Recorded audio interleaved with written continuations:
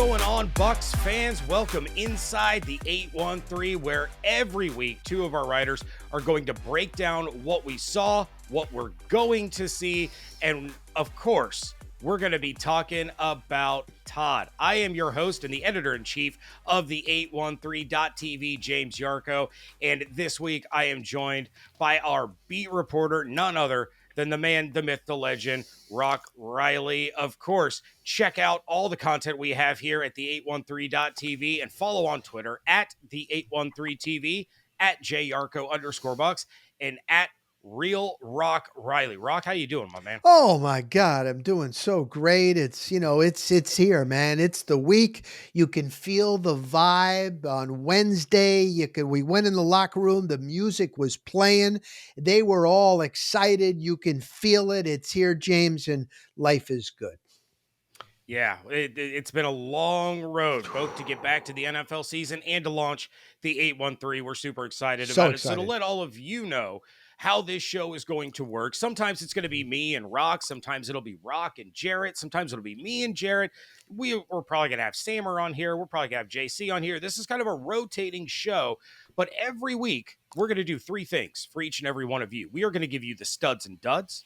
We are going to talk about Todd, and we are going to give you the X factor for the upcoming game. And because, Rock, it's week one, our studs and duds are a little bit different this time around. So we're going to talk kind of about some predictions, right? We are going to talk about who could be the 2024 version of Antoine Winfield Jr. or Mike Evans, who are going to be the studs of the season, and not so much duds, but who has a lot to prove on this Buccaneers football team. There's quite a few guys out here with a message I'm sure they'd like to send, something they would like to show. So let's start things off with our kind of predictive studs of 2024. And when you take a look at this Buccaneers team, this roster, some of the changes that were made, some of the guys that stuck around, Rock, who's the guy that you're looking to that's going to be like, that's the guy everyone is going to be talking about as the star, the stud of the Buccaneers this season? It might seem obvious. Baker Mayfield. Mayfield. I know he got the contract and he got it, the $100 million. He doesn't have to bounce around. Yeah, he's a dad and he was talking about that. But all that aside, watching him, James, at mini camp, OTAs, training camp, and now watching him at practice, he is locked in. And he still kind of has that chip on his shoulder to prove. Yeah, he got $100 million. But James, if you look at what the other starting quarterbacks are being paid, he's not at the top. And he knows that. And that's not what really is driving him. The fact that he's got Evans and Godwin and bringing in Jalen McMillan and seeing these tight ends, how much they are being used, and Cade Otton got better. Payne Durham has gotten better. Don't forget about Devin Culp and having a running game. I think at the end of the year, Barr, stay healthy, Baker, stay healthy. We could say that for everybody, but I think at the end of the year, your MVP is going to be Baker Mayfield. I love that. And there's not a lot of players on this team that carries the kind of chip that Baker always has. He had the chip last year coming off of the dumpster fire that was Carolina, Right. going to the Rams, getting wrongfully, in my opinion, jettisoned from the Cleveland Browns. And now it's like, well, you're in a competition with Kyle Trask. Let's see if you got it. Everyone's picking the Bucs to have Caleb Williams at this time last year because they're going to be so bad. So what does he do? He goes out there, wins the division, smacks the Eagles in the mouth in the playoffs, goes toe-to-toe with the Detroit Lions in their house, and he's still getting doubted. He's still being talked about as, he's not even the best quarterback in his division because they brought in Kirk Cousins into Atlanta and all this. So I love that. And Jason Light talked about it. He said, when Baker gets shade thrown his way, the team rallies around that. And I love that, the camaraderie and the love that locker room has for Baker. When I'm taking a look at who I think the stud is going to be, and I want to say Antoine, I feel like that's even more low-hanging fruit than Baker is because Antoine's the best safety in the NFL. So I'm going to go in a different direction. I'm going to talk about Rachaad White. Okay. In this Liam Cohen offense, he has the ability now to surpass what he did last year when he was the only guy. Like it was him. Chase Edmonds was hurt and kind of bounced in and out of the lineup. Sean Tucker was not who they thought he was going to be when he was an undrafted rookie because of injuries that he was dealing with. Keyshawn Vaughn was Keyshawn gone partway through the season. So it was all Rachaad. And yeah, the Bucs had the worst rushing offense in the NFL, but Rachaad still almost had 1,000 yards. Yeah, he was up there, as one of the top 5 running backs in the NFL in all-purpose yards. And with Graham Barton now on the offensive line, with Ben Bredesen, an upgrade over Filer or Stinney from last year at left guard, they have built this offensive line not just to protect Baker, but to clear some lanes for Rachaad. And now Sean Tucker looks fantastic. Bucky Irving comes in as kind of that reprieve and a guy that can also get the job done both in the run game and in the pass game, keep Rashaad's legs fresh so that he's not having to play 80-85% of snaps. So now late in games when these defenses are tired, look, Rashaad's got fresh legs and he's going to start breaking off these 20, 30, 40-yard chunk plays and probably be able to score more touchdowns. And he's so underrated in his ability to play football as a running back, in the run game, in the pass game, to pick up blitzes. He is a legitimate 3-down back in a world where 3-down backs don't really exist.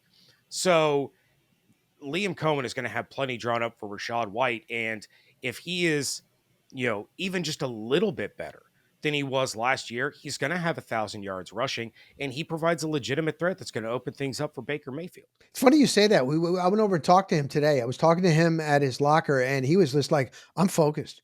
I'm locked in. What are you going to do different? I'm locked in."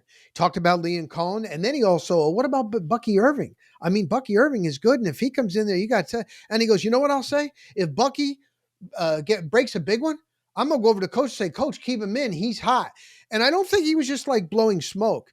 They know that if they all are one and not me, they can go somewhere this year. So they're excited about the running game. I like that, James. That's a good one. All right, well, let's flip the script a little bit and let's talk about these players that have a lot to prove. And I'm going to start things off here with Zion McCollum. And I'm a big Zion McCollum guy. For those that watch me on Locked On Bucs, I am a Zion McCollum fan. But this is a guy now who is a starting outside corner. The Bucs traded away their number 1 outside corner based off of the belief that he was ready to take this next step. Yeah. Played really well last year in substitutions for Davis and Dean when they were dealing with injuries.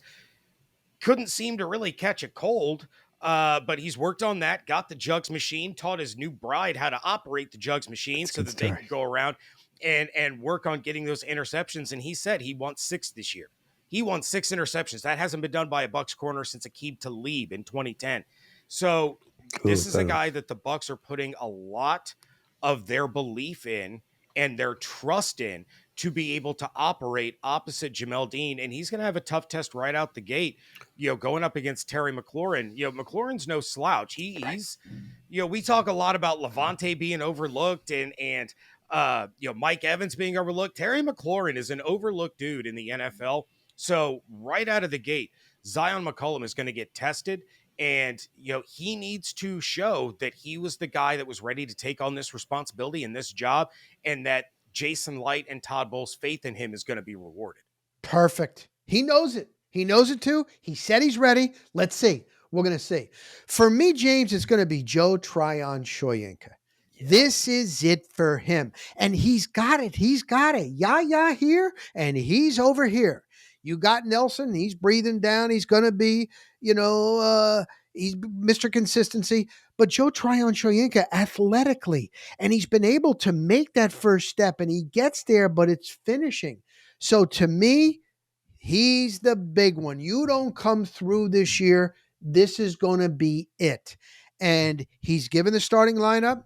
I know he was banged up a little bit. I've been watching him at practice. He looks fine. Should be no problems. I want to see him get a sack, get it in the first game, get the young rookie down. Daniels, do it at home. And I think he'd be off to a good start. I'm not saying he's going to do it, I'm just saying, I think that this is your guy, man. You're going to be a dud if you don't come through, maybe even like halfway through the season, James. Yeah, I mean, Jason Light called him out last year. He said Did. Joe needs to take a step up. And I mean, yeah, he came away with a career high in sacks, but it was only 4.5. He didn't step up the way that he needed to. So this is, you're right. This is the last opportunity for him, or he's going to be hitting free agency, and the Bucs are going to be looking for a different edge rusher. Who knows? Maybe Chris Braswell's that dude, and Yaya and Braswell are going to be the two Could starting be. edge guys, or we're going to know going into free agency in the draft, the Yeah. Bucs are going to go after edge rush the same way they went after the interior of the offensive line this past year. And, you know, there's a lot of pressure on Joe Tryon-Shoyinka. You gotta prove it or you're gonna lose it. You know, and not only would he be out with the Bucs, but he'll be considered a bust. Yeah, this is a first round pick. He will be considered a bust if he cannot put it all together. All right. We are going to talk a little bit about the most excited man in Tampa, Mr. Todd Bowles, coming up next. We are talking about Todd here on Inside the 813. And yeah, Todd Bowles had the media room doubled over in laughter on Wednesday when he kind of shied away from his stoic, normal demeanor, pounded the podium, screamed, "I'm excited." I mean, even Baker was kind of teasing him a little bit, and it was a great moment. It's gonna be all over, NFL Network, and it's already Everything. been all over social medias and all that. But I get the feeling, Rock, that something that Todd Bowles probably isn't super excited about is having to be the first head coach to face Jayden Daniels in an NFL game. This guy he's a stud. Yes. He's a Heisman winning quarterback. He is the new face of the Washington Commanders after they've had a complete roster overhaul. And I mean, it's a ridiculous. I mean, you go through all the additions that this Commanders team has made, and it's a completely different team than the one that got the second overall pick in the draft. And by the way, the last time a team from Washington, they weren't the Commanders then, but the last time they had the number 2 overall pick in a draft, they took a Heisman winning quarterback who went on the road in week 1 against an NFC South opponent and lit them up. And that was RG3, who lit up the New Orleans Saints in his debut in 2012 in the Superdome. You're hoping that history does not repeat itself here with Tampa. So when we look at Todd Bowles this week, how is he going to draw up the right defense to contain a guy that he's already talked about as being a dual threat, and how difficult those guys are to stop?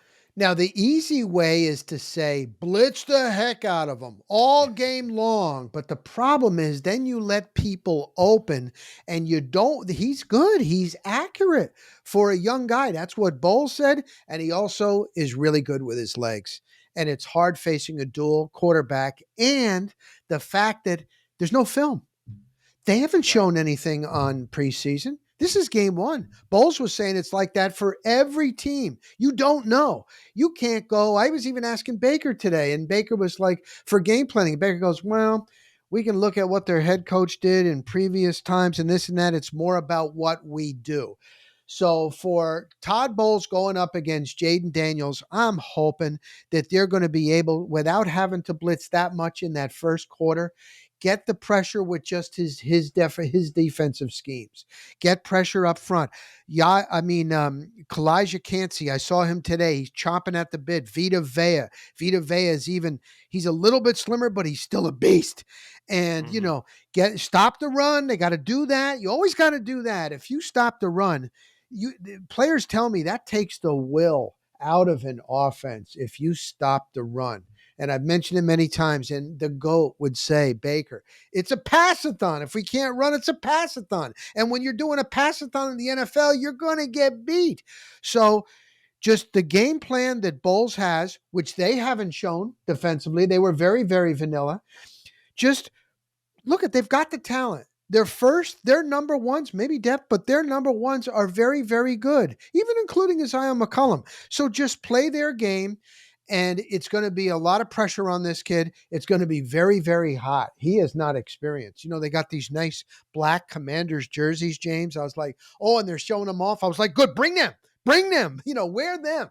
But Jayden Daniels is going to be good. And all I can say is thank God Todd Bowles and their defense is getting him game one, James.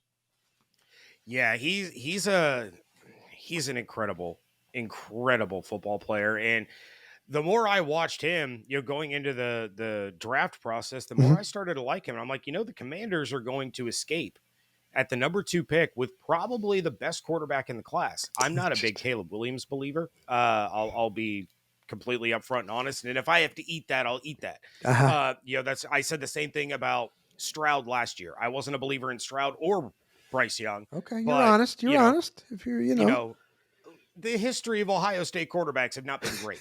But you take a look, and Caleb Williams has talent. I think the overhype is going to get to his head, but that's neither here nor there. We're not talking about the Bears. Right. We're talking about Todd. We're talking about Jayden Daniels. And when you look at all the things that Jayden Daniels can do, when he can run the ball, when he is sharp as a tack, he is incredibly intelligent. He is. He can process information really quickly. He's unbelievably accurate. And I think what Todd Bowles needs to do is, dial up those pressure, dial up those blitzes. I know, you said that's the easy thing to say, blitz all day long. Don't blitz all day long. But those first couple of plays, maybe even the first couple series, Todd needs to do what Todd does. And he needs to bring blitzers from every different angle, disguise it in every different way. And you have to be able to get home on a couple of those. You have to be able to get in his face, even if you're not sacking him.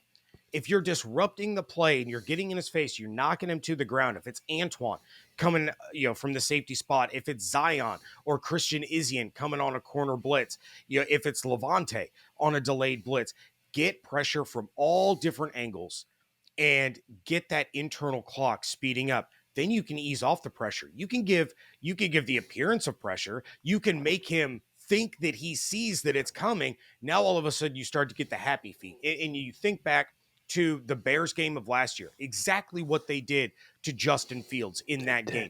They pounded him early in the game, and then he got the happy feet. He got that internal clock was too fast. It was bad passes. It was mistimed passes. It was a quarterback that looked scared. So if that's the route that you need to go with Jayden Daniels, I think week 1 is the right time to do it, because he may have seen a lot in his football career. He has not seen anything like a Todd Bowles defense, or one that has the kind of pieces that the Bucs have that can be used in so many different ways from all different angles on the field. And I'm not going to say be dirty, but also he's a skinny kid. Give him that. Be physical. Vita, get down. Yeah. Boom. I'm not saying be dirty. Just be physical with him. And he'll be like, whoa, what hit me? This is the NFL. This ain't college.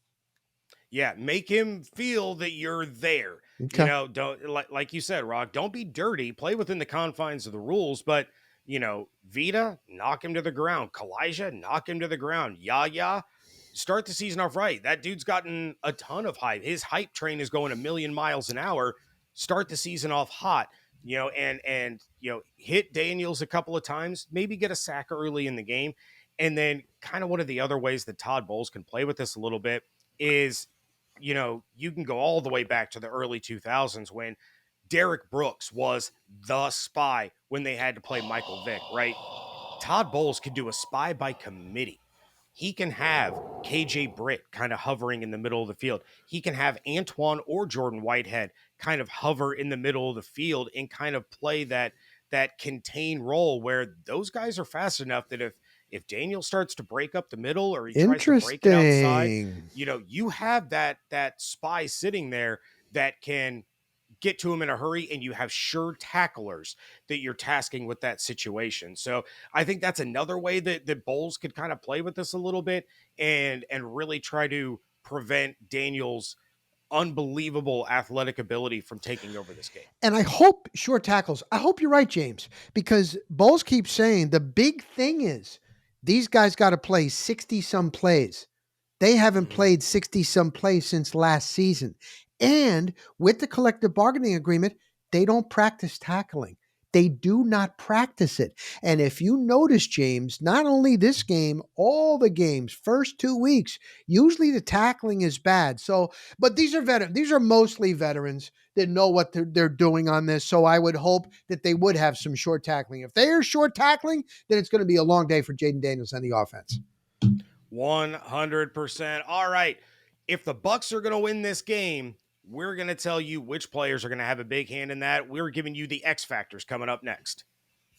All right, it is X Factor time here inside the 813 James Yarko Rock Riley.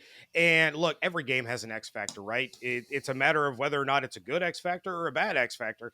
But every game has that guy that you can point to and say, if the Bucs are going to win this game, this is the guy that has to have a breakout performance. This is the guy that has to step up and make some plays. When you take a look at this matchup against the Commanders, again, we just talked about Jayden Daniels, but I mean, their running backs are good. They have Austin Eckler, who's one of my favorite players in the NFL. They have, two Pro Bowl defensive linemen that Graham Barton as a rookie is going to have to go up against. They have Bobby Wagner. They're a different team run by Dan Quinn. The offense is run by Cliff Kingsbury. This Buccaneers team, if they're going to, win their first game of the season for the fourth consecutive year, who in your mind is the X factor that has to step up and have a big day? This isn't fancy, James. I was going to say the entire offensive line, but if we're going with one player, he starts it. The center, Graham Barton. This is his first game. He went to Duke. He's very, very smart. We know that.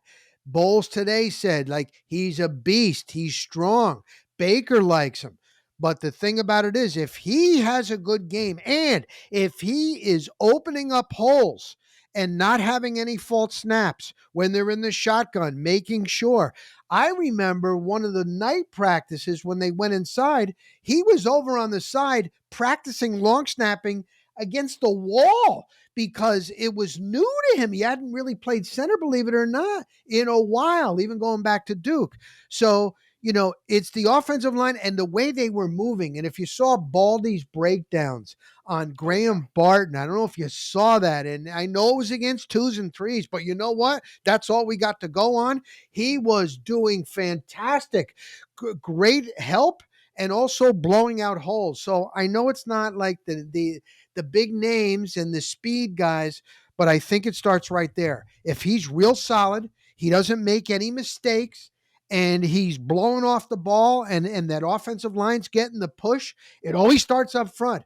That's my guy for this first game. And it's a great one. And welcome to the NFL, Rook. You have to go up against Jonathan Allen and Deron Payne.